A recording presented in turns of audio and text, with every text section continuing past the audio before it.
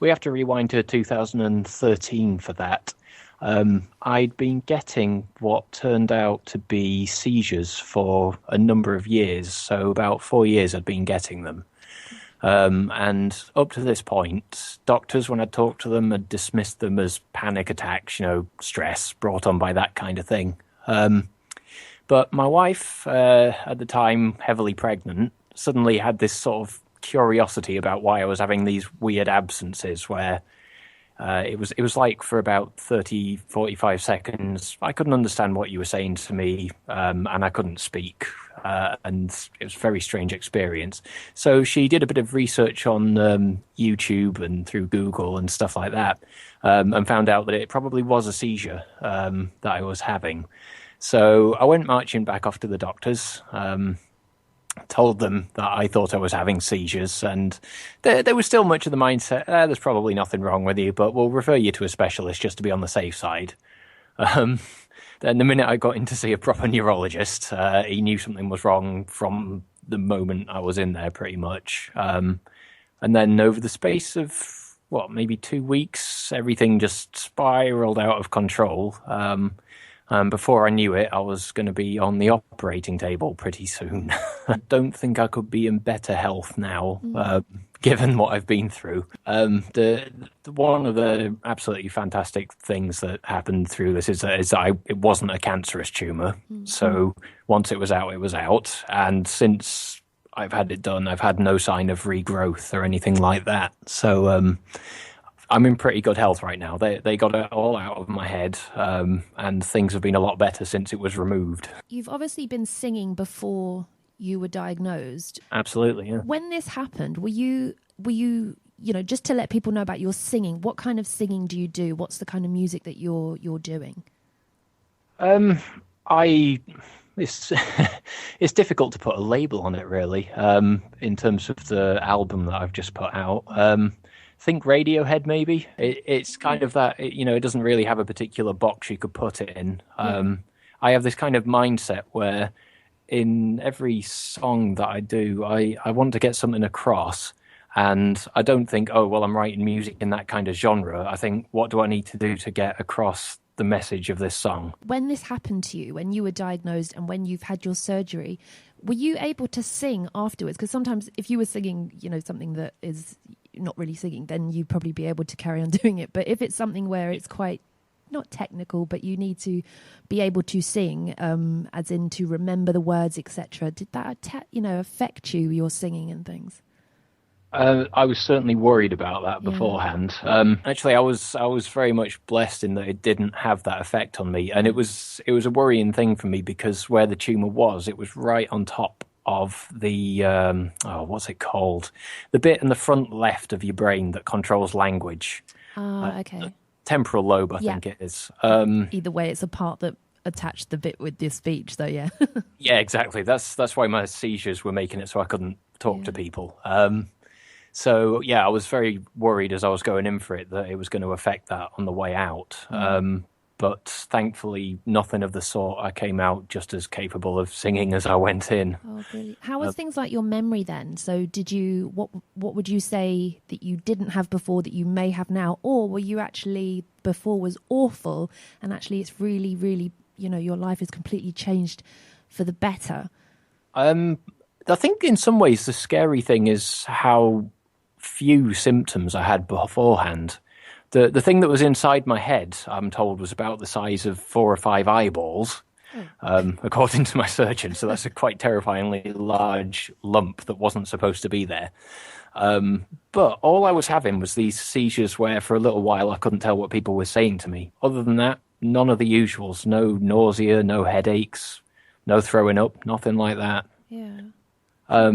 So out the other side, I didn't really have a lot of symptoms. All I've lost in the long run is those annoying seizures, and the shocking side effect that I can't quite raise my left eyebrow properly now. But I'll settle for that. No, that's good, because I think some people can be quite frightening to think that when you tend to hear about people, it's because they've got things that are still a problem. So they're still looking for more support from other people on social media or wherever. And you don't always hear people that actually have they're doing okay. They're doing really well. And it's quite nice to see that, not everyone is so affected that it's really life-changing. And I think that can sometimes be so scary to think, what's going to happen to me when I have this surgery? People are so different, aren't they? Some people have more problems than others. But I think it also just knocks your confidence is one of the biggest things. Yeah, absolutely. It's like having it's like the floor has disappeared from under your feet almost, isn't it? Yeah. Like, you get hit with that diagnosis. I mean, this is something that I reflect on a lot. If you listen to the lyrics in this album, there's a lot of questions about control and the idea of planning and stuff like that, because it makes you realize just how fragile all that mental picture you have built up of how life is going to be is. And we all have this spewed at us all the time by the media, magazines, everywhere you look, that we should be in charge of ourselves and self-believers and in control of our lives and all of this, whereas actually the reality is, in a matter of seconds, you can have that pulled away from you. Yeah. And in some ways that's scary. In other ways, when I've come out the other side, I've found that thought very liberating. So the music that you've done now, were you doing that during your recovery, or is this afterwards where you're feeling a lot better and you thought, I'm going to write about this stuff? I started it not long after I'd come out of surgery. Let's see, it was probably about 3 months afterwards when I first started thinking about how I would put it all together. Music for me, sort of a therapy, really. So it was a way of looking back at what had happened and giving it a structure and making sense of it. So it was a project I was always going to do. Sorry, I think I've lost track of my thought here. What was your original question? True. Yeah, no, it's the fact that the album, that when you've done it, it's not something that you that you have actually done it quite. When you were recovering, you started doing the music already. It wasn't like you've only just done it now. It was something that you've progressed through your whole recovery, really. So Absolutely. there'll be lots of really different kind of your feelings, isn't it? When you wrote these, it must have, your feelings must have been a bit up and down. Absolutely, yeah. It's a very varied bunch. I mean, the idea of it is that it tells the story. I wanted to take people from the mindset and the reality that I had before this huge shock, and explain to them all the things that I had learned from it and where it had taken me as a person. Yeah. Because as I've said to other people when I've talked about this was actually in the end a really positive experience. Sounds bizarre, but it was. I'm going to play two of your songs. I mean, I did hear them, and you can kind of, it really is like you're telling the story. It's quite thought-provoking, your songs. Because you can really picture your situation. You've really explained your thoughts, how you felt, and it's kind of like it was really emotional when I heard those songs. I was like, oh gosh, you could really hear how you were dealing with it, and it's nice, but it's interesting seeing it from your point of view. Yeah, absolutely. I threw my heart and soul into doing it. I mean, like I say, my wife was pregnant at the time all this happened, so baby arrived shortly after we'd finished, and I've been jamming this into every last little spare crack of free time that I have in my life to get it out there. It's very much a work of passion. Yeah. It's not something that I've done because I think I'm going to be the next Beyonce or whatever. It's something that I've done because I feel like I have something to say to the world, and I think it's a message that, should people take it in, it will be of a real benefit to them and help them to see things in a fresh light. Yeah, I think it can be two ways, can't it? You're giving it out for people to hear what you're saying, but also for you, it is like a bit of a therapy, isn't it? That was your therapy. People have different ways of how they cope with their situation. And I think music for me was my biggest thing, was singing. All I wanted to do was learn to sing again. And that was my therapy, because when I do it, you just go off in your own bubble, don't you? And you just do what you're doing. And I guess that's your therapy, was to do your album, your song. And I think everyone needs that kind of something, don't they? Absolutely. That, yes. And as you say, the therapy aspect is what was in it for me. And it is something that has very much helped me get hold of what happened and put it in its box, so to speak. I've kind of given it a structure, and I've found a way to make sense of it in my own language and my own terms. And some of that was in the words, and some of that was in the actual structure of the music that I wrote to go with it. Yeah. One of the things you said about it to me was that it was also about your faith, and something that just to explain that a bit more, because obviously I don't know all of this, but you'd said it was also about your faith had helped you with that. Yeah, absolutely. I'm a Christian, and boy, was I ever glad of that fact when I'd been diagnosed with this and knew I was going to have to go in for surgery. Yeah, it was such a reassuring thing to have that with me, and to know that there was a bigger pair of hands in charge of the situation, when obviously my degree of control over my life had rapidly diminished. It was a really profound sense of peace that I had from that. And that was a real blessing. And then coming out the other side, the sense of having been blessed was quite remarkable as well. I found myself realizing that there were just so many good things to just being alive and being here, that I was ridiculously happy. I was lying there kind of high on morphine, as you can imagine. But I remember being almost, reduced to tears with how overwhelmed I was, just that I was alive, that I could understand what people were saying, that I could eat food. These things were enough just to make me overjoyed at the time. It was really fantastic that I had this sort of bizarre, otherworldly calm that came over me in the run up to it, especially at times when I was on my own, which I think is when a lot of people would feel more vulnerable. I think for me, the harder thing was looking at my family around my hospital bed before I was going in. I think that was the toughest part. It wasn't after I'd been wheeled off and I was on my own in that waiting room. It was looking at all of them and wondering if it was going to be the last time that I saw them. So yeah, my point here, that peace was there when it was just me and I wasn't thinking about who I was leaving behind. Well, I'm looking forward that we're going to play your songs for you now. Also, just to explain a bit more about, what they're called, but really about where people can find your music. Where can they go? Your website? How can people find out a bit more about you? Sure. Well, I've started producing under the name Laptop Philharmonic. So if you search for that, hopefully I should show up fairly high in Google search results, because I spent ages picking that name to find one nobody else had pinched already. If the actual address where you can listen to the music is Laptop Philharmonic, all one word, .bandcamp.com, and you can go there and listen for free. And that's so people, and if they go onto Twitter, where do they find you the most? Do you go on Twitter a lot? Are you on Facebook?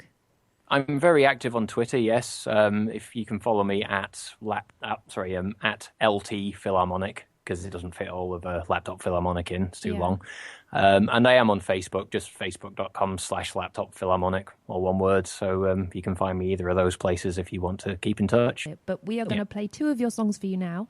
And thank you that you've let us, play this. Great, no problem. And I really look forward to hearing people's feedback on their songs, and hopefully, people can give their feedback as well on your Twitter, on your, on your Facebook and things like that. So everybody go and have a look. Yeah, come talk to me. Thank you. Thank you, and I will speak to you soon. Thanks, then. Bye. Bye. No, this is the other one.